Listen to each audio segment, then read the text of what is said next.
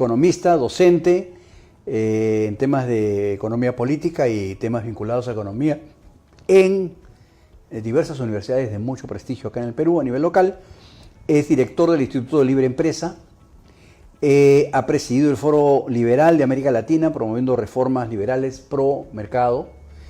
Y es asesor en temas de estrategia de comercio internacional y autor de algunas publicaciones que hablan sobre temas de economía. Bien, José Luis, una vez más, muchísimas gracias por estar con nosotros. Jorge, la verdad que muchas gracias. Ha sido un poco complicado organizar nuestras agendas, pero mi primera pregunta, José Luis, que tiene que ver con los eventos que está pasando, hay una dimensión política y hay una dimensión económica. Y algunas veces se ha hablado, ¿no?, de que hay una especie de equilibrio entre lo político y lo económico, que no contaminaban, sí contaminaban. Yo veo que en los últimos años, con la administración actual, esto ya se desbordó. Es no sé, pues, ¿no? Es un pollo sin cabeza. ¿Por dónde empezamos? O sea, ¿qué crees que está pasando en la dimensión política y en la dimensión económica de nuestra sociedad? En la teoría económica, sobre todo en la economía política, te enseña que hay una natural interrelación entre el orden económico y el orden político.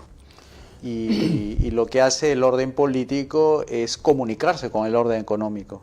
Y eso se llama regla de juego. Es decir, ¿cómo se vincula el orden político con el orden económico? A través de las normas. Hay un vínculo entre ambos por las normas.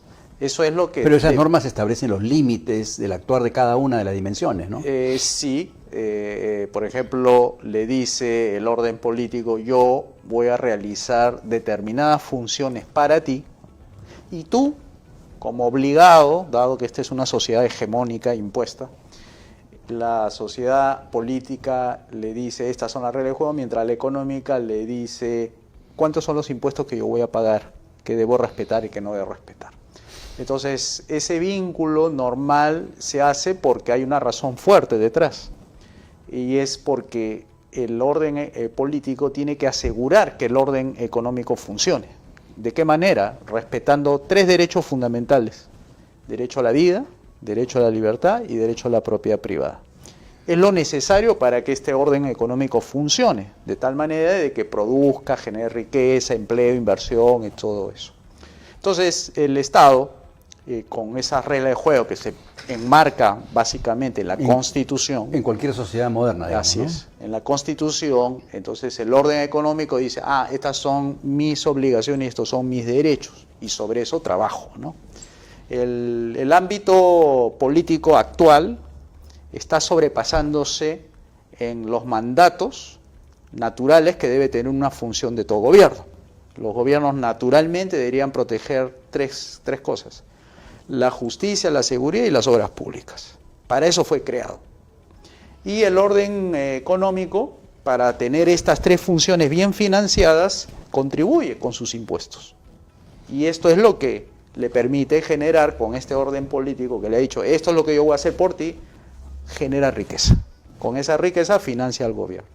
Lo que está pasando ahora es que ya no es el gobierno que le está diciendo solamente justicia, seguridad y obras públicas, sino se mete a los directorios de las empresas y empiezan a decirle cómo debes elegir a tu director, cómo debes tú empaquetar tus productos, de qué manera te voy a zonificar el lugar donde tú vas a operar. Es decir, se empieza a meter en la gestión de ese orden económico, que para eso no ha sido creado el gobierno, solamente claro. El gobierno ha sido creado para poner el marco donde funcionan las cosas. Para proteger su propiedad, su vida y su libertad, pero no para decirle cómo debe producir, cuándo producir, para quién producir. Y eso es lo que está haciendo el orden político. Claro. Exacto, el orden político se está metiendo en la gestión privada de las empresas, las cajas, los bancos y todo eso, diciéndole qué es lo que tiene que hacer. Y eso empieza a generar distorsiones, externalidades negativas que nos enseña sobre la economía. Falta de empleo, falta de inversión. Entonces, cuando eso se sobrepasa, este orden económico se empieza a desdoblar en dos: el orden formal y el orden informal. ¿Qué es lo que tenemos en este momento, no? Y entonces la vía de escape para los que no pueden asimilar tantas órdenes del orden político, que dicen es muy costoso cumplir con las leyes, las normas, los reglamentos, etcétera, el TUPA y todo el tema, y se empiezan a informalizar y empiezan a crear sus propias economías que está fuera del alcance del gobierno porque lo informal no se detecta rápidamente. Entonces ese orden político no tiene límites y eso hay que corregirlo. Esto no se corrige, simplemente se saca todas las leyes malas que están impidiendo. La distorsión viene por la normatividad que está equivocada. Por la normatividad que está equivocada, que es invasivo, o sea, invade fueros internos, fueros privados, lo que hace que este orden económico se empiece a distorsionar y se empiece a informalizar demasiado, al punto de que el formal viene a ser una rareza. O sea, claro, dentro del mundo económico la rareza es lo formal y lo que es normal es lo informal, ¿no? Tú estás diciendo algo muy interesante, ¿no? O sea, si tenemos una relación donde de cada 10 empresas, 8 son informales, quizás hasta 9, ¿eh? Digamos que 8, ¿qué cosa nos sorprende? O sea, ¿de qué vive el Estado? ¿Y para qué vive el Estado? O sea, es un Estado inexistente. Yo tengo pues un Congreso, un Ejecutivo, una cantidad enorme de autoridades que... ¿Qué cosas están normando si 8 de cada 10 no existe para el Estado? Porque lo informal, ¿qué cosa es? Yo no existo para el Estado. Yo sobrevivo porque yo puedo, de alguna manera, defenderme de manera natural. Algo que tú dijiste, quería justo retomar esa parte, la que tú dices, el Estado está ausente. Pero fíjate que a veces las ausencias del Estado son más bien presencia que impide que el crecimiento económico se llegue a una realidad. Claro, la parte de ausencia es el bienestar que debería estar cubriendo, ¿no? Te lo explico, a ver, así, ¿no? Como de esta manera. Lo que necesitamos urgente en estos momentos es seguridad.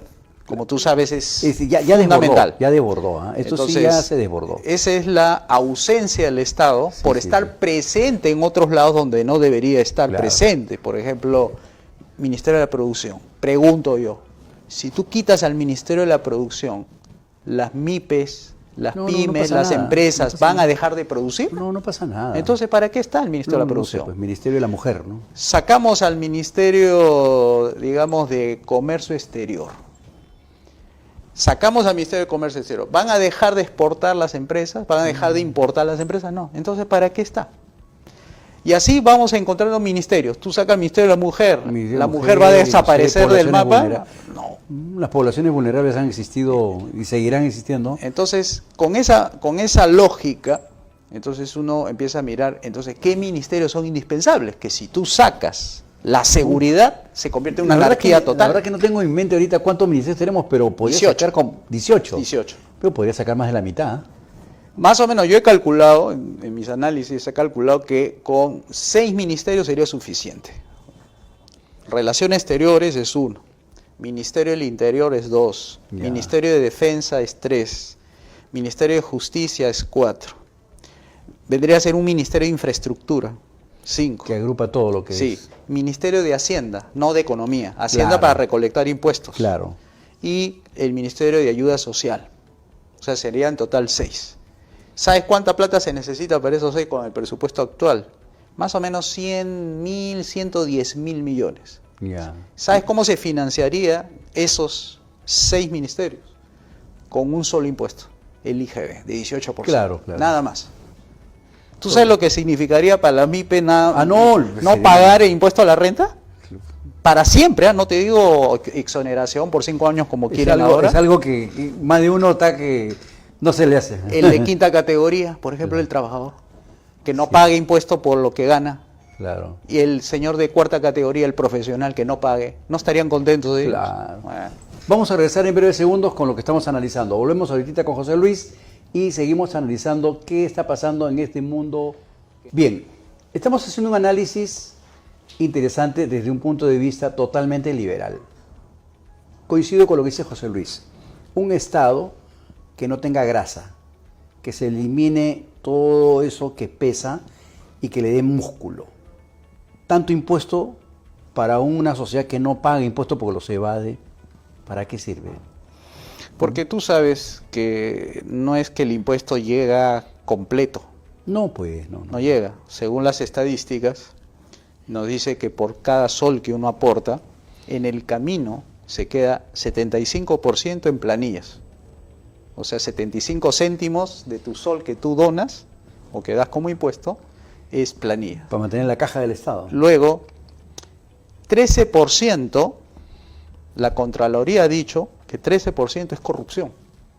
Así no. 13%, son 20.000 millones que se pierde al año por 13% de la recaudación o del PBI. No, de la ejecución del gasto. Ya. 13%.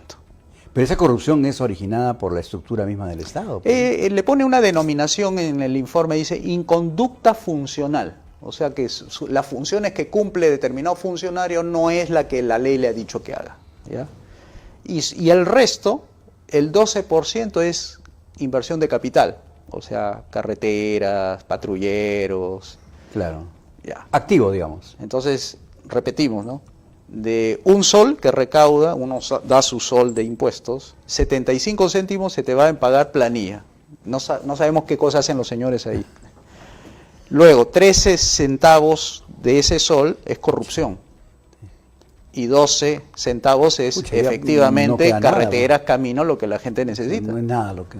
Entonces, lo que eso aportas es nada. Pues. Entonces, por eso que cuando hablamos de impuestos hay que preguntar ¿para qué?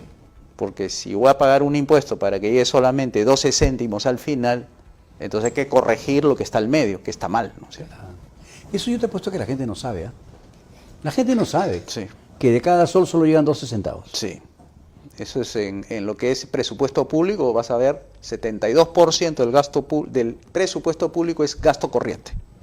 Bueno, y nosotros estamos ahorita frente a un escenario muy cercano de cambios en las formas de gobierno, ¿no? Vamos a elegir candidatos, todo. Yo había pensado en una de las preguntas que había conversado contigo antes, era, bueno, bueno, ¿planteamos parches o planteamos soluciones? ¿Qué cosas podemos plantear para mejorar esta solución? O sea, ya hablar de reformas, yo diría más bien hay que eliminar varias reformas que no tienen un sentido lógico, ¿no? Dentro de este esquema, ¿no? Bueno, yo sintetizado en 5 reformas, las necesarias para hacer caminar al Perú, porque el Perú es productivo necesariamente, si no come, no produce, no come. Bueno, usted le está soplando la pluma pues a los candidatos, ¿no? A ver si alguno plantea algo, ¿no? Pero ahí sirve, ¿no? El programa sirve para eso, ¿no? Para poner ahí sobre la mesa estos temas, ¿no? Entonces, ahí una de las reformas que hay que hacer es reforma política.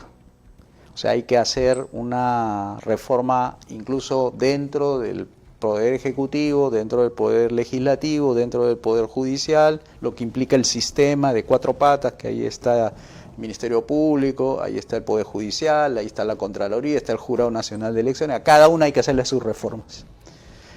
Luego, la reforma económica, que esa es la que se ha dejado de hacer en los 90. Luego viene una reforma educativa, una reforma en los servicios médicos y una reforma en los servicios de pensiones. Esas 5.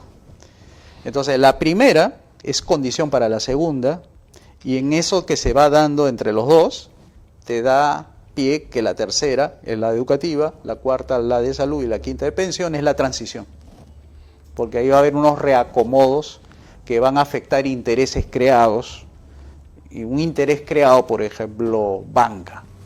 Nosotros tenemos en banca aproximadamente 16, 17 bancos. Sí. Ahí nada más tú ves el número de bancos y los spread bancarios, ¿no? El spread bancario es la diferencia entre lo que paga el ahorro con lo que paga el préstamo. ¿Estás hablando de bancos o de intermediadoras financieras? No, bancos principalmente, el spread ahí, bancario. Entonces, ¿a qué se debe eso? ¿Por qué tenemos que hacer reforma económica? Porque los bancos cobran tasas de interés, pues, que llegan... Leonina, pues. Hasta que la gente se queja por qué tanto cobran, ¿no? Y entonces hay que eliminar ley ahí, ley de bancos. Recuerda que en la primera parte del programa hablamos de esa interrelación, sí, claro, entre los órdenes políticos y económicos.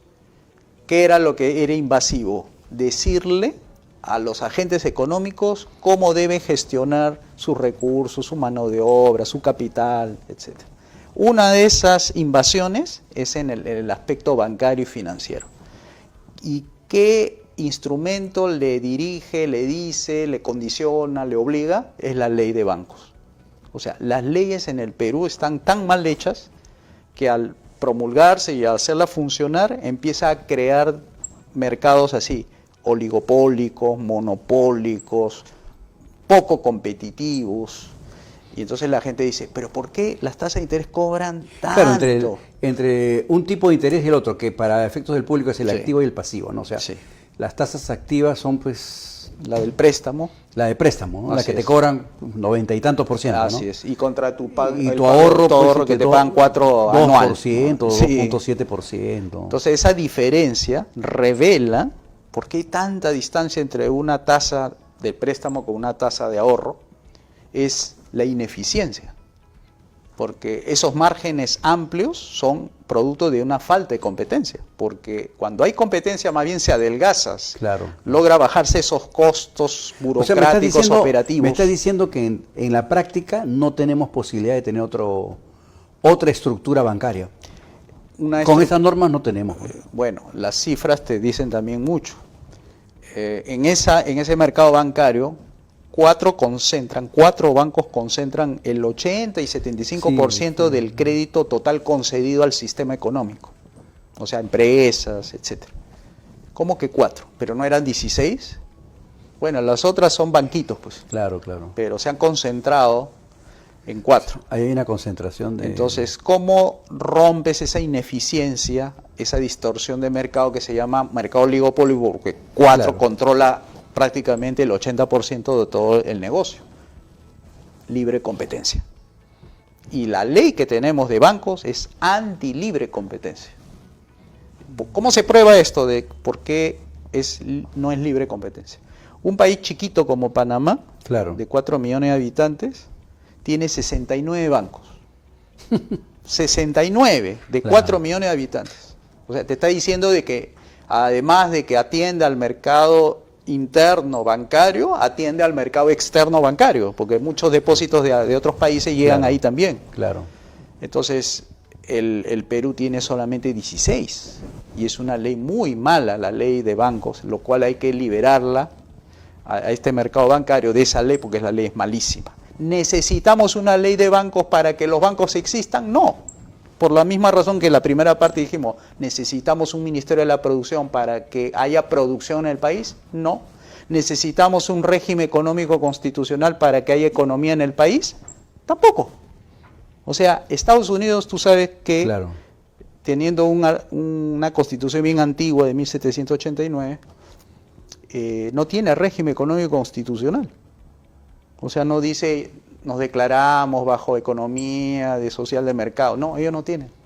Todo su andamiaje constitucional está dirigido a decir cómo se va a organizar el poder ejecutivo, poder legislativo, sus representantes, sus elecciones, cada cuánto tiempo, quién censura a quién. O sea, el tema es político. Es estrictamente político. Entonces no vas a encontrar ni una palabra economía en esa constitución. Oye, es interesante lo que estás diciendo. Entonces, esta discusión que siempre se le achaca a la constitución actual, de que es espuria, ¿no? O sea, es una discusión pues innecesaria.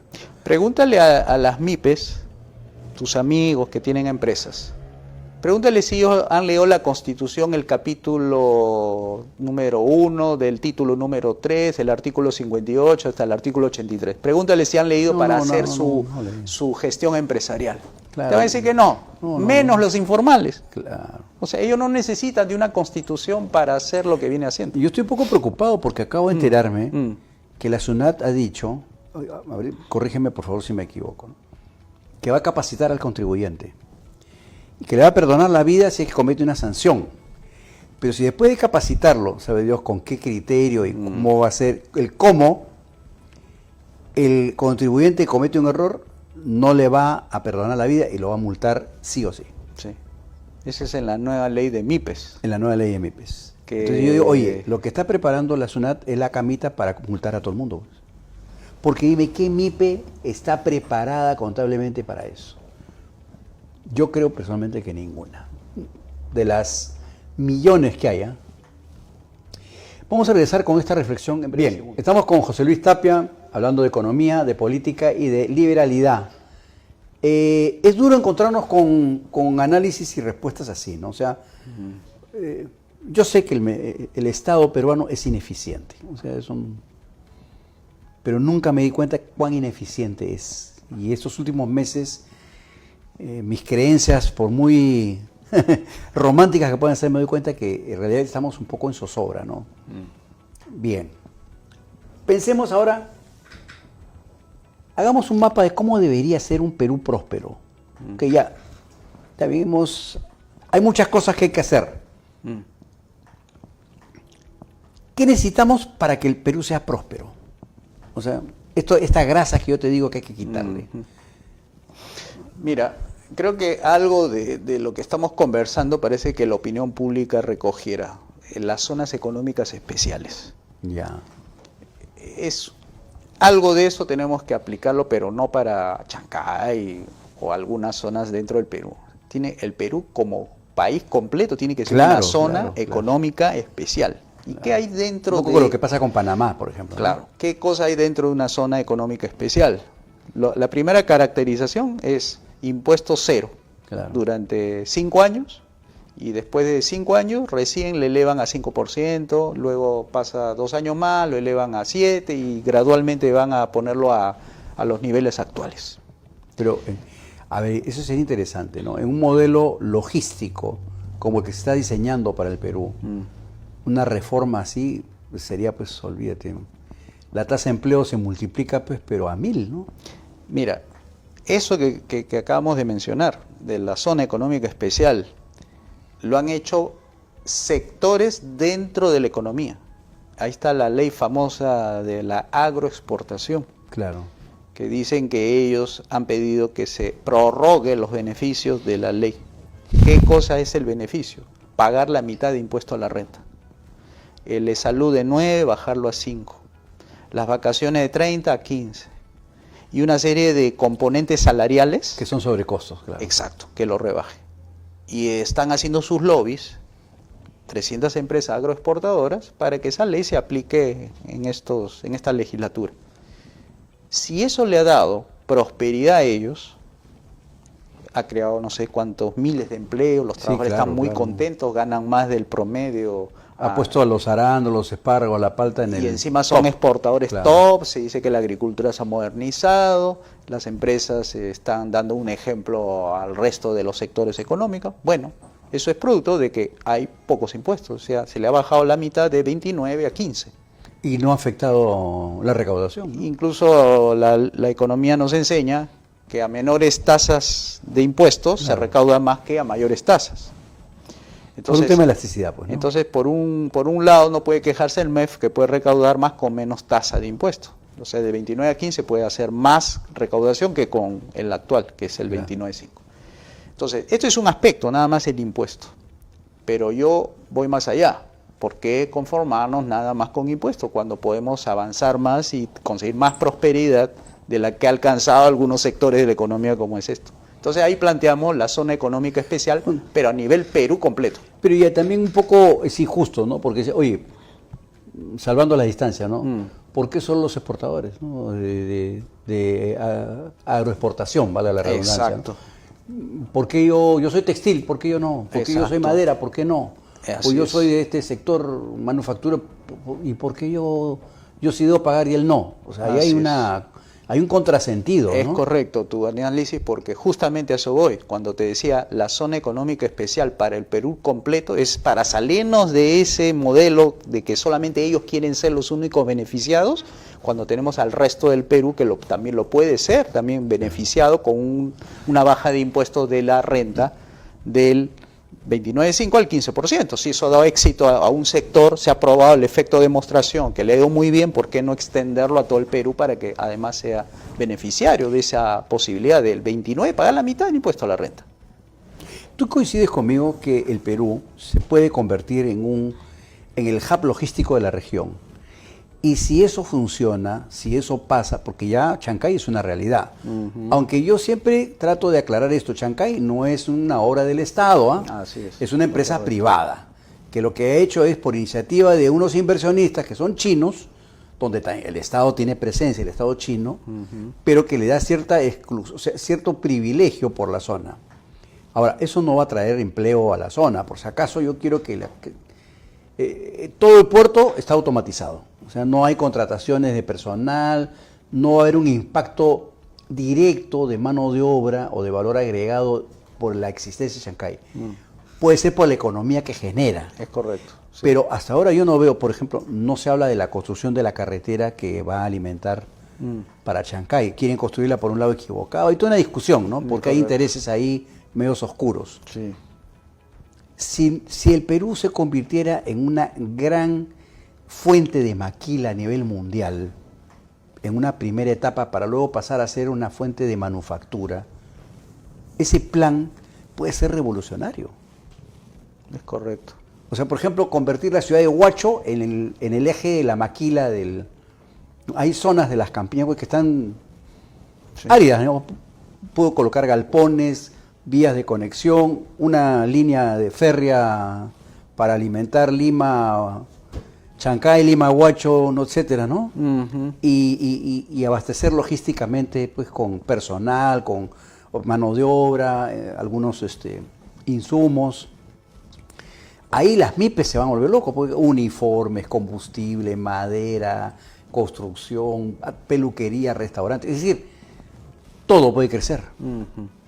Ahí has dicho una solución bastante, digamos, plausible, es viable eso, ¿no? Por eso mencionamos en la primera parte de tu programa el tema de las reformas. O sea, todo esto se puede lograr. Claro, porque yo estoy creando una condición que la empresa privada puede perfectamente acoger. Claro, son ejecutores, pero necesitamos el marco político para darle inversión a esas zonas que necesitan. ¿Por qué crees que ningún político ha mencionado este tema? Porque a mí yo no creo ser un genio que se le haya ocurrido, esto se le puede haber ocurrido a mucha gente. Conversamos con muchas personas que tocan este tema, ¿no? Sí. O sea, un parque industrial, pero cerca a la zona donde está el puerto, ¿no? Y luego tienes Corío, que también puede ser perfectamente viable, y luego tienes Chimbote, y tienes el Callao, y tienes Paita. El concepto de zona económica especial va por el lado ese de las reformas, justamente, ¿no? ¿Por qué?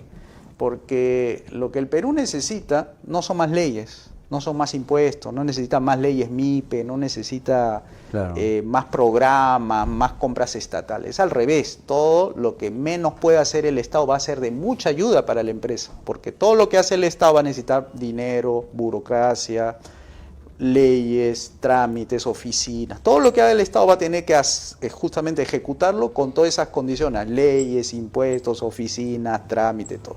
Entonces, con eso no vamos a avanzar, porque ese es el modelo actual, el modelo que decir, más hay que darle al Estado para que haga algo por nosotros. No, no es así, señor, es al revés. Mientras menos el Estado intervenga en nuestra vida económica, vamos a poder prosperar. Por eso necesitamos hacer reforma política para adelgazar al Estado y llevarlo a su plano normal, como debió haber sido. Justicia, seguridad y obras públicas. El resto es libre mercado. ¿Libre mercado qué significa? Un solo impuesto, pagas. Permites que las inversiones de todos lados lleguen, no solamente extranjeras, sino desde el chiquito que quiere poner sus 500 soles. Claro, porque es proporcional a lo que produce, pues, ¿no? El asunto es tener libertad de entrada, o sea, libertad de poner negocios, libertad de invertir, libertad de producir, consumir, todo es libertad, libertad, libertad. El gobierno, ¿qué se va a encargar? De darte seguridad, justicia y las obras de infraestructura. Si es necesario construir un puerto por ahí, que se construya. Si es necesario más carretera, más carretera. Si es necesario más camino, más camino. Más vereda, más vereda. Seguridad. Pero esa es inversión directa del Estado. Eso pues, ¿no? sí. En infraestructura. Para eso tú dices que sí debería haber un ministerio. Exacto. Para eso sí debería haber un ministerio, para eso sí debería cobrarse impuestos, para pagar a la policía para que cuide bien las vías, claro. Claro, todos lados tiene que estar la policía presente en los colegios, ahí saliendo los niños saliendo, ahí tiene que haber 5 o 6 policías. Tiene que haber jueces por todos lados, fiscales por todos lados, comisarías por todos lados, ministerio público por todos lados, porque siempre va a haber conflicto. Con eso financias. Y eso no es más de 100.000 millones de soles. O sea, con un IGB te pagas todo eso. El resto deja que el sector privado emprendedor haga su tarea, ejecute, invierta y que no lo moleste al gobierno. Solamente el gobierno puede molestar cuando tú infringes un derecho. Si robas, si engañas, cometes fraude, si cometes un delito, ahí que se mete al Estado. Pero entonces hay una cultura valorativa, por ejemplo los mineros, ¿no? El minero dice, no, están sacando el oro de mi tierra, la empresa tiene que construir el colegio, tiene que construir la carretera, tiene que construir el hospital. Yo varias veces he visto, un momentito, ¿por qué, salvando la opinión, de repente algunos no van a estar de acuerdo, ¿no?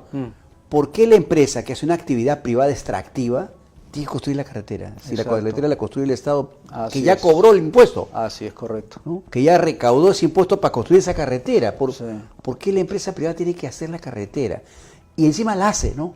Porque, claro, no quiere entrar en conflicto con la comunidad. Así es. Entonces, yo que he visitado algunas zonas mineras, me encuentro que los dirigentes mineros tienen 2, 3 autos en la puerta de su casa. Audi, Mercedes-Benz. Oye, eso no es fruto pues de la casualidad, ¿no? Vamos a regresar brevemente para conversar un poco en nuestras etapas finales entre, el orden, la corrupción y la libertad que deberíamos tener para poder ejecutar. Regresamos con José Luis Tapia, en breve, José Luis Tapia, economista, y estamos hablando sobre el Perú ideal que deberíamos tener, no solo para las MIPES, para en general para la sociedad. José Luis, hemos hablado un poco de un Perú próspero que ya no puede darse si es que no hacemos un cambio estructural importante. O sea, ya reforma política a mí no me parece personalmente. O sea, o una gran reforma estructural, ¿no? Con un cambio de eje productivo e inclusive un cambio de eje energético. Bien, tenemos un escenario político muy intenso ahorita el 2026 y lo que va de este año, que ya se ve que la cosa viene con fuerza. ¿Qué podemos esperar en este nuevo proceso político? ¿Qué cosa podríamos recomendarle a estos señores que, por cierto, van a ser un montón, ¿no? Como 40, Sí. quizás hasta más. Todos quieren ser presidentes, pero no noto ningún discurso que diga, oye, vamos a hacer una gran reforma en la vía de modernizar el Estado peruano. Nadie ha hablado de soluciones en impuestos, de soluciones en mercados, de soluciones en la misma estructura normativa de los gobiernos. ¿Qué hacemos? Bueno, Pregunta complicada, ¿no? de nosotros depende mucho, tú sabes, ¿no? Nosotros, si lo queremos explicar en términos económicos, el mercado político sería así. La oferta política vendría a ser los partidos políticos. La demanda, digamos, dentro del mercado político seríamos los votantes. El producto que se ofrece en un mercado político vendría a ser los programas políticos o los programas electorales, o sea, el conjunto de ofrecimiento de los políticos. Ese es el producto. Ese es el producto. El precio a pagar es el voto. O sea, nosotros pagamos con nuestro voto por esa oferta política que nos dan los políticos. Pero como en el mercado político no es igual al mercado económico, entonces tú pides una corbata roja en el mercado económico, te dan exactamente tu corbata roja porque has pagado tu dinerito. Pero en el mercado político, deme más seguridad y no te dan seguridad. Entonces has pagado por un voto. Y te dan rojo. Exacto. Entonces no cumplen con lo que dijeron ellos que iban a cumplir, ¿no? Entonces mucho depende de nosotros elegir bien los candidatos. Yo no sé si todos van a poder ver los 43 programas de gobierno, porque eso es importante saber qué van a hacer para preguntar. Yo hasta ahora te juro que estoy un poco confundido, por decirlo menos, y yo no creo ser un votante inculto, ¿no? ¿Qué va a pasar pues en las fronteras donde realmente la cultura no llega, ¿no? O sea, solamente el voto, la cédula de votación es enorme, ¿no? Enorme, pues. Entonces yo no sé, y esto es un jalón de oreja pues a las autoridades, ¿no? Yo no sé en qué momento, como decía el finado Vargas Llosa, en qué momento el Perú, ¿no? Sí. ¿Cómo hemos permitido eso? No entiendo, no logro entender cómo hemos podido llegar a que la podredumbre de nuestra falta de moral, porque eso es un acto inmoral, nos plantee que una célula de votación del tamaño de 1,20 m puede ser, o 1,10 m, es algo democrático. O sea, eso no es democracia, ¿no? Tú sabes que en Estados Unidos se concentra la mayor votación en dos partidos. Claro, ¿no? en dos partidos. El demócrata y el republicanos y los republicano. demócratas. Pero hay como más o menos 18 partidos en total. Claro. ¿Cómo ha permitido su sistema político concentrar en dos y no dispersarse en 17? Bueno, tienen internas, pues, ¿no? Que acá no se está dando, ¿no? Ya, entonces la solución es un planteamiento liberal clásico, es que no exista ley de partidos políticos, que no es lo mismo que no exista ley electoral, Claro. que es diferente. La ley electoral significa bajo qué términos un candidato gana. Claro. Y dónde gana, con qué porcentaje gana, y se gana de esta manera. Y otra cosa es decirle a los partidos políticos, yo con mi ley voy a normar tus procesos. te voy a decir cómo te debes organizar, cuántos deben haber en tu comité, cómo vas a elegir, y de tal manera que tú te vayas a unas primarias y yo te voy a decir cuándo se declara ganador, cuándo se eligen las listas, quiénes van... Y te pongo el organismo rector para que lo controle. Exacto. Entonces, los partidos dejan de ser independientes. Se convierten en bienes de alquiler, se convierten en partidos negocio, se convierten en partidos para dar puestos públicos a la mayoría de sus... Pero eso todo el mundo lo sabe. Sí, o sea, sí. La gente que se mete en política, los señores que están ahorita concursando en política, todos quieren un sillón para hacer negocio, ¿no? No es que ellos dicen que quieren salir al país, pero no es cierto. Por eso hay que hacer esa reforma política que yo te mencionaba para eliminar la ley de partidos políticos y eliminar de paso la ley de financiamiento público de los partidos políticos. Lo que está sucediendo es que los partidos políticos son entidades privadas. Tú no puedes pedir que con mis impuestos, yo como liberal financie con mis impuestos el partido de Verónica Mendoza. Tengo entendido que inclusive va a haber un presupuesto para el gasto del partido político, ¿no? Que se lo va a dar el Estado, ¿no? Se lo viene dando, pues a los partidos que tienen representación en el Congreso están recibiendo algo de 16 o 17 millones de soles anuales, que se divide entre varios partidos. Claro, de acuerdo a la proporcionalidad. De acuerdo a la proporcionalidad de congresistas que tenga. Cuando tiene más congresistas, recibe más financiamiento de nuestros impuestos. O sea, usted, por ejemplo, amigo televidente, si usted no le gusta determinado partido X, de todas maneras su dinero va a ir financiado a ese partido que a usted no le gusta, porque así es el financiamiento público. Es injusto. Entonces la idea... Yo no voté por él. Exacto. Entonces, ¿cómo se financian los partidos políticos? Con aportaciones pues, claro. privados. Ahora, ¿por qué razón pusieron el financiamiento público el señor Vizcarra, que fue el de la idea del financiamiento? Porque decía que los partidos están controlados por intereses que a su vez hacen que cuando lleguen al poder le devuelvan los favores porque le metieron varios millones de dólares a la campaña presidencial del candidato. Esto se soluciona quitándole al gobierno la posibilidad de afectar los negocios a la economía. Por ejemplo, si los políticos llegan al poder y no tienen ningún poder para hacerte rico, hacerte pobre, entonces las empresas no van a aportar para indicar que de esta manera me vas a poner una ley para hacerme rico, porque no tendría el poder político de volver rico a nadie. O sea, para no volver rico a nadie ni volver pobre a nadie, eso no lo puede debe haber... Explícalo en sencillo, porque casi yo te podría asegurar que no lo han entendido. Ya. Voy a ver si lo puedo entender yo. O sea, si yo tengo una obra pública que quiero ejecutar, yo tengo que tener otra estructura de licitación, por ejemplo. También, pero a ver, básicamente esto que acabamos de hablar de las empresas, por ejemplo, le digo a una empresa, tú vas a pagar menos impuestos y la otra va a pagar el mismo impuesto. O yo voy a ponerte reglas a estas empresas, le voy a poner para que no entre al mercado y esta le voy a quitar para que sí entre al mercado. O a ti te doy subsidio, a ti te doy tasa de interés preferencial, a ti no te doy. Entonces, como el político puede decidir, puede volver rico a uno y volver pobre al otro. Por eso las empresas financian a los políticos para volverlos ricos. Claro. Entonces, ¿cómo para que dicten leyes a favor de su sector. Así es. Entonces, ¿cómo le quito yo ese incentivo que tienen las empresas de corromper políticos antes de llegar al poder para que luego le devuelvan los favores a la empresa? La desaparición de las leyes focalizadas para la minería A, para la minería B, para exportadores A, exportadores B. Todas las leyes que afecten la economía, todas, no una, todas. Minería, industria, comercio, educación, salud, deporte, medicina, farmacéuticas, electricidad, todas, sin excepción. Entonces el político llega al poder y viene una empresa y dice, oye, pero yo he financiado tu campaña, y yo no puedo hacer nada. A mí la Constitución no me ha autorizado para darte favores de ningún tipo, ni una ley a tu favor, así que no me pidas nada. Ah, entonces la empresa se equivocó, porque dio plata por gusto, porque sabía que no podía hacer nada.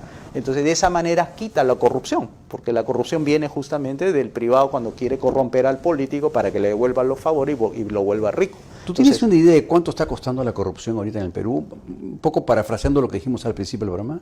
Yo no creo que sea 13%. Del PBI yo creo que es más. Bueno, esa es otra cosa.